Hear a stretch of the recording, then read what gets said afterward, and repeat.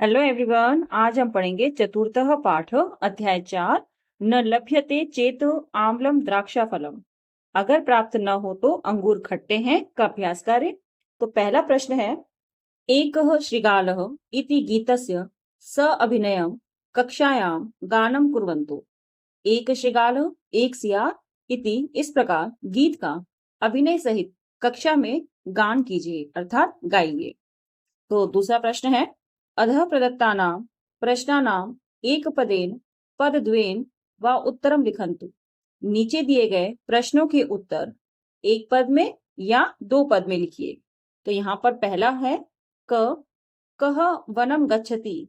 कह अर्थात कौन वन में जाता है। तो कौन वन में जाता है? श्रीगालः अर्थात सियार। यहाँ प्रश्न के उत्तर एक पद में लिखने हैं या दो पद में, इसलिए हमने लिखा श्रीगालः। अब ख है, श्रीगालः काम पश्यति। श्रीगाल काम अर्थात किसको, पश्यति देखता है। श्रीगाल किसको देखता है? द्राक्षालताम अंगूर की बेल को। अब ग है, श्रीगालस्य मुखे किम जायते। श्रीगालस्य अर्थात सियार के मुखे मुख में किम क्या जायते उत्पन्न होता है। श्रीगाल के मुख में क्या उत्पन्न होता है? जब वह बेल के ऊपर अंगूर को देखता है तो उसके मुख में लार उत्पन्न होती है। लार को संस्कृत में क्या कहते हैं? रसः। अब ग है, श्रीगालः किम पश्यति। सियार क्या देखता है? तो क्या देखता है? द्राक्षा फलम अंगूर को देखता है। अब देखिए, ख में प्रश्न पूछा है, श्रीगालः काम पश्यति। श्रीगाल किसको देखता है या क्या देखता है? और यहाँ पर घ में भी वही प्रश्न किया गया है, श्रीगालः किम पश्यति। श्रीगाल क्या देखता है? तो यहाँ पर जो प्रश्न सूचक शब्द दिया है वह क्या है? काम। काम क्या है? एक स्त्रीलिंग शब्द है। और लताम, लताम भी एक आकारांत शब्द है अर्थात स्त्रीलिंग शब्द है। उसी प्रकार घ का आंसर है द्राक्षा फलम। फलम क्या है? एक नपुंसक शब्द है। तो इसके लिए प्रश्न सूचक शब्द क्या आया? किम। अगर प्रश्न आता है श्रीगालः काम पश्यति तो क्या लिखेंगे हम? द्राक्षा लताम। और अगर प्रश्न आता है श्रीगालः किम पश्यति तो हम लिखेंगे द्राक्षा फलम। अब अणा है, द्राक्षा फलम कुत्र दृश्यते। द्राक्षा फलम अर्थात अंगूर कुत्र कहाँ, दृश्यते दिखाई देते हैं। अंगूर कहाँ दिखाई देते हैं? ऊपरी लतासु, ऊपर लताओं में। तो यहाँ पर आंसर दो पद में भी लिख सकते हैं, इसलिए लिखा ऊपरी लतासु। अब चाहे, किम श्रीगालः पुनः पुनः उत्पतति। किम क्या श्रीगालः सियार पुनः पुनः बार बार उत्पतति कूदता है। क्या सियार बार बार कूदता है? तो इसका आंसर हमें हाँ या ना में देना है। तो हाँ के लिए आता है आम और नहीं के लिए आता है न। तो क्या श्रीगाल बार बार कूदता है? तो इसका आंसर है हाँ, तो लिखेंगे आम। अब छ है, किम श्रीगालः द्राक्षा फलम प्राप्नोति। किम क्या श्रीगालः सियार द्राक्षा फलम अंगूर को प्राप्नोति प्राप्त करता है। क्या सियार अंगूर को प्राप्त करता है? तो इसका आंसर है नहीं। तो क्या लिखेंगे? न। बार बार प्रयास करने पर भी वह असफल हो जाता है और अंगूर को प्राप्त नहीं कर पाता है। अब तीसरा प्रश्न है, अधः प्रदत्तानां प्रश्नानां पूर्णवाक्येन उत्तरम लिखन्तु। नीचे दिए गए प्रश्नों के पूरे वाक्य में उत्तर को लिखिए। तो यहाँ पर पहला प्रश्न दिया है, श्रीगालः कथम वनम गच्छति। श्रीगालः अर्थात सियार कथम कैसे, वनम वन में, गच्छति जाता है। श्रीगाल कैसे वन में जाता है अर्थात सियार वन में क्यों जाता है? तो इसका आंसर है श्रीगालः पिपासया बुभुक्षया वनम गच्छति। श्रीगालः सियार पिपासया प्यास से, बुभुक्षया भूख से, वनम गच्छति वन को जाता है। तो सियार प्यास से भूख से वन को जाता है। अब ख है, वनम गत्वा श्रीगालस्य किम जायते। वनम गत्वा वन में जाकर श्रीगालस्य श्रीगाल को किम क्या जायते होता है। वन में जाकर सियार को क्या होता है या वन में जाकर सियार का क्या उत्पन्न होता है। तो इसका आंसर है वनम गत्वा श्रीगालस्य शांत जायते खिन्न जायते। तो वन में जाकर सियार को थकान होती है और दुख होता है, या वन में जाकर सियार की थकान उत्पन्न होती है, दुख उत्पन्न होता है। अब गए श्रृगालः द्राक्षाफलम कुत्र पश्यति। श्रृगालः सियार द्राक्षाफलम अंगूर को कुत्र कहाँ पश्यति दिखता है। सियार अंगूर को कहाँ दिखता है। तो सियार अंगूर को कहाँ दिखता है, तो इसका आंसर है श्रृगालः द्राक्षाफलम ऊपरी ऊपरी लतासु पश्यति। सियार अंगूर को ऊपर ऊपर लताओं में देखता है। अब घ है द्राक्षाफलम दृष्ट्वा कस्य मुखे रसः जायते। द्राक्षाफलम अंगूर को देखकर कस्य किसके मुखे मुख में रसः जायते लार उत्पन्न होती है या पानी आता है। अंगूर को देखकर किसके मुख में लार उत्पन्न होती है या अंगूर को देखकर किसके मुख में पानी आता है। इसका आंसर है द्राक्षाफलम दृष्ट्वा श्रृगालस्य मुखे रसः जायते। अंगूर को देखकर सियार के मुख में लार उत्पन्न होती है। अब अड़ा है अन्ते श्रृगालस्य किम वदति। अन्ते अंत में श्रृगालः सियार किम क्या वदति कहता है। अंत में सियार क्या कहता है, तो इसका आंसर है अन्ते श्रृगालः वदति। अंत में सियार कहता है आम्लम द्राक्षाफलम आम्लम द्राक्षाफलम इति। अंगूर खट्टे हैं, अंगूर खट्टे हैं। अब हम आगे बढ़ते हैं। अत्र इदम अवधेयम। अत्र यहाँ, इदम अब, अवधेयम जानेंगे। यहाँ अब जानेंगे। अवधेयम का अर्थ होता है कुछ विशेष जानने योग्य बातें। आगे बढ़ते हैं। अस्मिन् पाठे जायते लभते पलायते इति एतादृशानि क्रियापदानि सन्ति। इस पाठ में जायते लभते पलायते इस प्रकार के क्रियापद हैं। एतादृशानां क्रियापदानां रूपाणि लट् लकारे कथं भवन्ति इति पश्यामः। इस प्रकार के क्रियापद के रूप लट् लकार में किस प्रकार होते हैं यह देखते हैं। देखिए, संस्कृत भाषा में 2000 से भी अधिक धातुएं हैं जिन्हें 3 भागों में बांटा गया है। पहला है परस्मैपदी धातुएं, जो कि अभी तक हम पढ़ते आए हैं, जिनके क्रियापद चिन्ह किस प्रकार होते हैं। ती तह अंति सी थह थ आमी आवह आम। ठीक है। अब आता है आत्मनेपदम। आत्मनेपदम इस पाठ में कुछ धातुएं ऐसी दी गई हैं जो परस्मैपद के अंतर्गत भी हैं और आत्मनेपद के अंतर्गत भी हैं। जायते लभते पलायते यह सभी क्या है, आत्मनेपद की धातुएं हैं। इनके क्रियापद चिन्ह क्या होते हैं। ते एते अंते से एथे द्वे ए आवहे आमहे। और तीसरा आता है उभयपदी धातुएं। तो यह इस प्रकार की धातुएं होती हैं जो परस्मैपदी और आत्मनेपदी दोनों में प्रयोग की जाती हैं।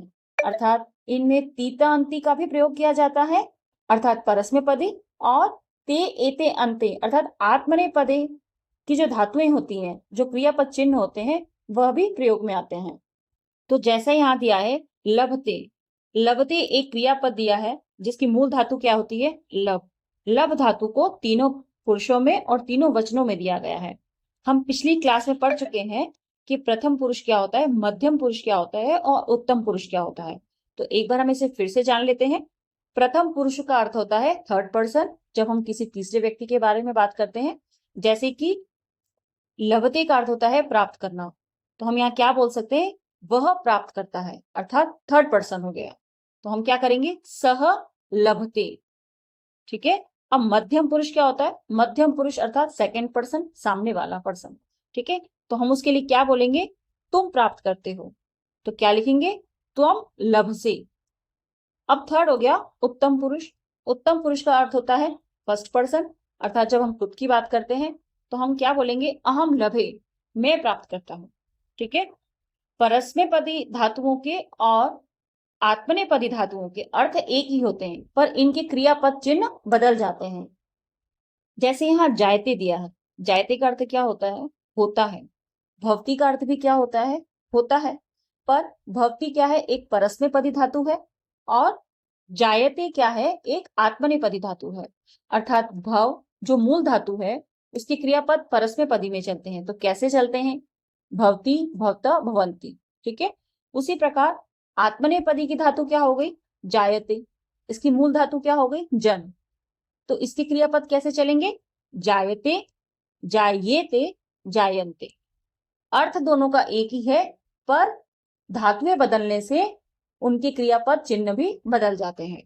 अब यहाँ देखिए, प्रथम पुरुष में लभते, लभेते, लभन्ते, मध्यम पुरुष लभसे, लभेते, लब्ध्वे, उत्तम पुरुष लभे, लभावहे, लभामहे। अब इसका अर्थ देखते हैं। देखिए, प्रथम पुरुष में वह प्राप्त करता है, वह दोनों प्राप्त करते हैं, वे सब प्राप्त करते हैं। मध्यम पुरुष में तुम प्राप्त करते हो, तुम दोनों प्राप्त करते हो, तुम सब प्राप्त करते हो। उत्तम पुरुष में मैं प्राप्त करता हूं, हम दोनों प्राप्त करते हैं, हम सब प्राप्त करते हैं। अब आपके मन में यह प्रश्न उठा होगा कि आत्मनेपदी और परस्मैपदी धातुओं का प्रयोग कहाँ होता है और कब किया जाता है। तो उसे जानने के लिए आप मेरा अलग से वीडियो देख सकते हैं, जो मैं इस चैनल पर जल्दी ही अपलोड कर दूंगी। अब कंटिन्यू करते हैं हमारे इस पाठ को। अब चौथा प्रश्न है, ऊपरी प्रदत्ताम मंजुषाम दृष्ट्वा रिक्त स्थानेषु उचित क्रियापदानि लिखन्तु। ऊपर दिए गए मंजुषा में, मंजुषा अर्थात जो एक ऊपर छोटा सा बॉक्स दिया गया है, एक छोटी सी पेटी दी गई है जिसके अंदर लभ धातु है, उसे देखकर रिक्त स्थानेषु, रिक्त स्थानों में उचित क्रियापदानि, उचित क्रियापदों को लिखिए। तो यहाँ क दिया है, क के अंतर्गत शब्द रूप दिए हैं वंदते, जिसकी मूल धातुएं हैं वंद, तो इसके क्रियापद होंगे द्विवचन में वंदेते, बहुवचन में होगा वंदन्ते। उसी प्रकार मध्यम पुरुष में होगा वंदसे, वंदेथे, वंदध्वे। उत्तम पुरुष में वंदे, वंदावहे, वंदामहे। वंदते वह वंदना करता है, वंदेते वह दोनों वंदना करते हैं, वंदन्ते वे सब वंदना करते हैं। उसी प्रकार मध्यम पुरुष में वंद से तुम वंदना करते हो, वंदेते तुम दोनों वंदना करते हो, वंदध्वे तुम सब वंदना करते हो। उत्तम पुरुष में वंदे मैं वंदना करता हूं, वंदावहे हम दोनों वंदना करते हैं, वंदामहे हम सब वंदना करते हैं। उसी प्रकार ख में शब्द रूप दिया है पलायते, जिसकी मूल धातु है पलाय, जिसके शब्द रूप होंगे प्रथम पुरुष में द्विवचन पलायेते, बहुवचन पलायन्ते, मध्यम पुरुष पलायसे, पलायेथे, पलायध्वे, उत्तम पुरुष पलाये, पलायावहे, पलायामहे। पलायते का अर्थ होता है भाग जाना, तो वह भाग जाता है, वह दोनों भाग जाते हैं, वे सब भाग जाते हैं। पलायसे तुम भाग जाते हो, तुम दोनों भाग जाते हो, तुम सब भाग जाते हो। पलाये मैं भाग जाता हूं, पलायावहे हम दोनों भाग जाते हैं, पलायामहे हम सब भाग जाते हैं। उसी प्रकार ग में शब्द रूप दिया है जायते, जिसकी मूल धातु होती है जन, जिसका अर्थ होता है या उत्पन्न होता है। तो इसके क्रियापद चलेंगे द्विवचन में जायेते और बहुवचन में जायन्ते। फिर मध्यम पुरुष में जायसे, जायेथे, जायध्वे। उत्तम पुरुष में जाये, जायावहे, जायामहे। अब हम आगे चलते हैं। पांचवा प्रश्न, उदाहरण अनुसारम एक वचनम रूपम दृष्ट्वा द्विवचन बहुवचन रूपाणी लिखन्तु। उदाहरण के अनुसार एक वचन के रूप को देखकर द्विवचन बहुवचन के रूपों में लिखिए। तो यहाँ पर धातुएं दी गई हैं और उन्हें एक वचन, द्विवचन और बहुवचन में लिखना है। तो पहला दिया है कंप, कंप धातु दी गई है जिसका अर्थ होता है कांपना या हिलना। तो इसके शब्द रूप दिए हैं कंपते, कंपेते, कंपन्ते। तो यह क्या है? यह प्रथम पुरुष के हैं। अब दूसरा दिया है वर्ध, वर्ध का अर्थ होता है बढ़ना। इसके क्रियापद शब्द दिया है वर्धते। तो यह क्या है? यह प्रथम पुरुष का एक वचन है, तो इसका द्विवचन होगा वर्धते और बहुवचन होगा वर्धन्ते। अब तीसरी धातु दी है वर्त, जिसका अर्थ होता है होना या होता है, और इसका क्रियापद दिया है वर्त से। तो यह मध्यम पुरुष का एक वचन है, तो मध्यम पुरुष का द्विवचन होगा वर्ते थे, वर्तद्वे। अब नेक्स्ट दिया है प्रकाश, प्रकाश में प्र उपसर्ग है और धातु दी है काश, जिसका अर्थ होता है चमकना। इसका क्रियापद दिया है प्रकाशते, यह प्रथम पुरुष का एक वचन है। द्विवचन होगा प्रकाशेते और बहुवचन होगा प्रकाशन्ते। अब अगली धातु दी है वंद। वंद का अर्थ होता है मैं प्रणाम करता हूं या मैं वंदना करता हूं। इसकी क्रियापद दिया है वंदे। यह उत्तम पुरुष का एक वचन है, तो इसका द्विवचन होगा वंदावहे और बहुवचन होगा वंदामहे। अब अगली धातु दी है याच, जिसका अर्थ होता है मांगना या याचना करना, और इसके क्रियापद शब्द दिया है याचते, अर्थात यह प्रथम पुरुष का एक वचन है। द्विवचन होगा याचेते, बहुवचन होगा याचनते। अब नेक्स्ट दिया है लज्ज। लज्ज का अर्थ होता है लज्जित होना, और इसके क्रियापद शब्द दिया है लज्ज से। यह मध्यम पुरुष का एक वचन है, तो द्विवचन होगा लज्जे थे, बहुवचन होगा लज्जद्वे। अब नेक्स्ट है विक्ष। विक्ष का अर्थ होता है देखना। इसका क्रियापद शब्द दिया है विक्षते। यह प्रथम पुरुष का एक वचन है, द्विवचन होगा विक्षेते और बहुवचन होगा विक्षन्ते। अब अगला दिया है सेव, अर्थात सेवा करना, और इसके क्रियापद शब्द दिया है सेवे, जो उत्तम पुरुष का एक वचन है। द्विवचन होगा सेवावहे और बहुवचन होगा सेवामहे। फिर दिया है वंद। वंद का अर्थ होता है वंदना करना। अब इसका क्रियापद शब्द दिया है वंदसे। यह मध्यम पुरुष का एक वचन है, द्विवचन होगा वंदेते और बहुवचन होगा वंदद्वे। अब आखिरी दिया है शुभ, अर्थात सुशोभित होना या शोभायमान होना। इसका शब्द रूप दिया है शोभते। यह प्रथम पुरुष का एक वचन है, द्विवचन होगा शोभेते और बहुवचन होगा शोभन्ते। तो छठा प्रश्न है उदाहरण अनुसारम वाक्य द्वयम लिखन्तु। उदाहरण के अनुसार दोनों वाक्यों में लिखिए।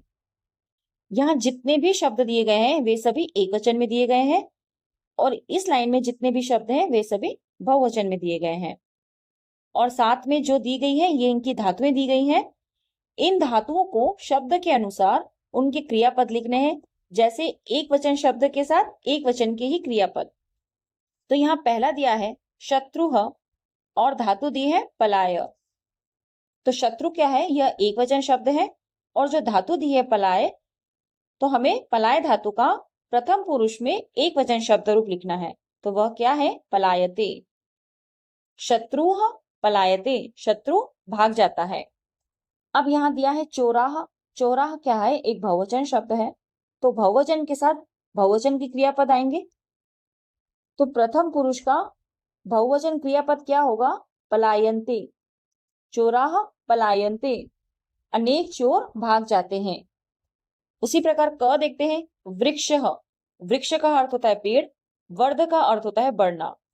वृक्षः एक वचन है, तो एक वचन के साथ एक वचन का ही क्रियापद लगेगा। वह क्या है, वर्धते। वृक्षः वर्धते, पेड़ बढ़ता है। बालाः। बाला क्या है, एक बहुवचन शब्द है, और इसकी धातु दी है वर्ध, तो इसका क्रियापद भी क्या होगा, बहुवचन में होगा, वर्धन्ते। बालाः वर्धन्ते, बच्चे बढ़ते हैं, अर्थात अनेक बच्चे बढ़ते हैं। अब यहाँ दिया है ख, छात्रः। तो एक वचन शब्द है, वंद धातु दी गई है, तो एक वचन के साथ एक वचन के क्रियापद आएगा। तो क्या लिखेंगे हम, छात्रः वंदते, छात्र वंदना करता है।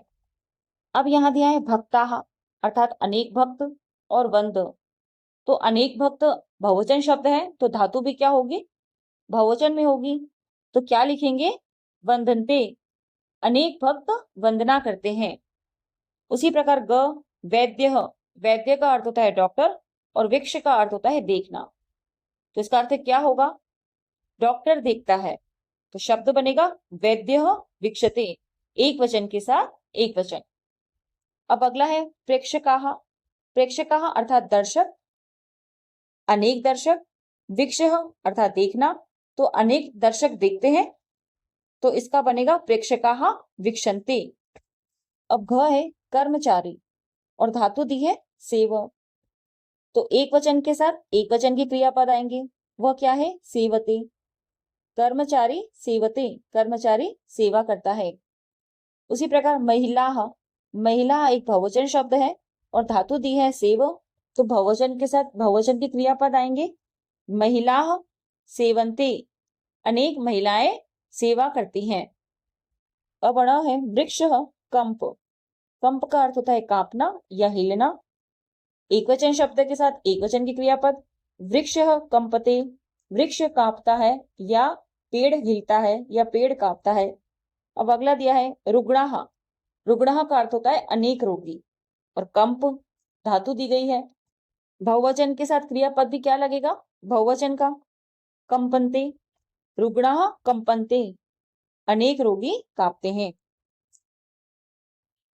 अब प्रश्न 7 है, उदाहरणं दृष्ट्वा वाक्यानि उचित रूपे पूरयन्तु। उदाहरण को देखकर वाक्यों को उचित रूप में पूरे कीजिए। अब कह दिया है शुनकम दृष्ट्वा बालकस्य भयम, और यहाँ पद दिया है जाय। शुनकम दृष्ट्वा कुत्ते को देखकर, बालकस्य बालक को, भयम भय, जाय होता है। कुत्ते को देखकर बालक को भय होता है। तो यहाँ पर कर्ता क्या है, कर्ता के अनुसार ही उनकी क्रिया के शब्द रूप बदलते हैं। तो यहाँ कर्ता है बालकस्य, यह क्या है, यह एक वचन है, यह बालक की षष्ठी विभक्ति का एक वचन शब्द है। तो एक वचन के साथ क्रियापद भी क्या लगेगा, एक वचन लगेगा। तो वह क्या लगेगा, जायते। तो वाक्य बनेगा शुनकम दृष्ट्वा बालकस्य भयम जायते, कुत्ते को देखकर बालक को भय होता है। ख दिया है मूषकः मार्जारम दृष्ट्वा, धातु दी है पलाय। मूषकः अर्थात चूहा, मार्जारम अर्थात बिल्ली को, दृष्ट्वा देखकर, और पलाय का अर्थ होता है भाग जाना। तो चूहा बिल्ली को देखकर भाग जाता है। तो यहाँ कर्ता क्या है, मूषकः, वह किस में है, एक वचन में है। तो क्रियापद भी क्या होगा, एक वचन में होगा। तो क्या लिखेंगे, पलायते। मूषकः मार्जारम दृष्ट्वा पलायते। अब गए रात्रि काले मार्ग दीपाः, और धातु दी है प्रकाश। प्रकाश का अर्थ होता है चमकना। रात्रि काले रात के समय में, मार्ग दीपा रास्ते में दीपक जलते हैं। तो दीपा क्या है, एक बहुवचन शब्द है, तो इसकी क्रियापद भी क्या होगा, बहुवचन में होगा। तो क्या बनेगा, रात्रि काले मार्ग दीपा प्रकाशन्ते, रात के समय में मार्ग पर अनेक दीपक प्रकाशित होते हैं या चमकते हैं। अब घ है अहम देवम, और धातु दिए वंद। अहम अर्थात मैं, देवम अर्थात देवता की, वंद अर्थात वंदना करना। तो यहाँ पर अहम है, यह क्या है, उत्तम पुरुष का एक वचन है। तो इसकी धातु के क्रियापद भी किसमें होंगे, उत्तम पुरुष के एक वचन में। तो वंद धातु का उत्तम पुरुष एक वचन क्या होगा, वंदे। तो क्या होगा, अहम देवम वंदे, मैं देवता की वंदना करता हूं। अब बड़ा है त्वम किमर्थम, और धातु दी है लज्ज। त्वम का अर्थ तुम, किमर्थम किस लिए, लज्ज का अर्थ होता है लज्जित होना। तो त्वम क्या है, मध्यम पुरुष का एक वचन है। तो धातु के क्रियापद भी क्या होंगे, मध्यम पुरुष का एक वचन। तो वह क्या बनेगा, लज्ज से। तो वाक्य बनेगा त्वम किमर्थम लज्ज से, तुम किस लिए लज्जित होते हो। अब च है वयम देशम, और धातु दी है सेव। वयम अर्थात हम सब, देशम अर्थात देश की, सेव का अर्थ होता है सेवा करना। तो वयम क्या है, वयम उत्तम पुरुष का बहुवचन शब्द है। तो इसका क्रियापद भी क्या होगा, उत्तम पुरुष का बहुवचन। तो धातु दी है सेव, तो क्रियापद बनेगा सेवा महे। वयम देशम सेवा महे, हम सब देश की सेवा करते हैं। तो ये था चतुर्थ पाठ अध्याय 4 न लभ्यते चेत आम्लम द्राक्षा फलम का अभ्यास कार्य। अगर आपको यह वीडियो पसंद आया हो तो प्लीज लाइक करें, चैनल को सब्सक्राइब करें। Thank you, bye.